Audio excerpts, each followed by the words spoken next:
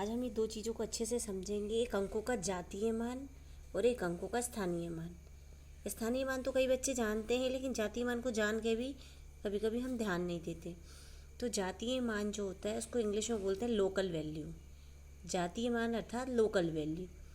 जैसे कि एक संख्या लिख के इकाई, दहाई, सैकड़ा, हजार, 10,000, 63,968 63,978 में 3 का जातीय मान होगा 3 और 6 का जातीय मान होगा 6। जातीय मान अर्थात उसका जो उस अंक का जो पहचान है 6, 3, 9, 7, 8, चाहे वो किसी भी प्लेस पे हो, उसको बोलते हैं जातीय मान, इंग्लिश में लोकल वैल्यू। अब हम दूसरा देखेंगे स्थानीय मान। स्थानीय मान अर्थात वो जिस स्थान पे है वह उसका स्थानीय मान होगा। जैसे कि एक संख्या लिखी हुई इकाई, दहाई, सैकड़ा, हजार, 10,000, लाख, 10 लाख, करोड़, 3 करोड़ 25 लाख 67,809। इसमें 5 का स्थानीय मान क्या होगा?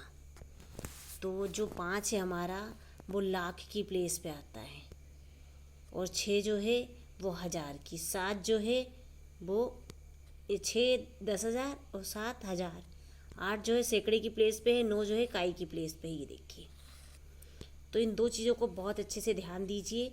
जातीय मान इंग्लिश में लोकल वैल्यू अर्थात जिस भी प्लेस पे हो, जिस भी स्थान पे हो, लेकिन अगर दहाई पे है तो भी 7 का जातीय मान लोकल वैल्यू 7 ही होगा। और स्थानीय मान प्लेस वैल्यू, स्थानीय मान प्लेस वैल्यू, जातीय मान लोकल वैल्यू, स्थानीय मान प्लेस वैल्यू। जातीय मान उसका सिर्फ नाम होगा, अगर वो 1000 लाख करोड़ किसी भी जगह पे है, अगर वो 3 है तो 3 ही रहेगा। और प्लेस वैल्यू उसकी प्लेस की, अगर 3 करोड़ की प्लेस पे है तो हम उसे 3 करोड़ बोलेंगे, और 2 जो है 10 लाख की प्लेस पे है तो हम उसे बोलेंगे 2 लाख, उसकी प्लेस वैल्यू है। और अगर उसकी लोकल वैल्यू या जातीय मान बोल दिया तो सिर्फ 2 आएगा। ठीक है।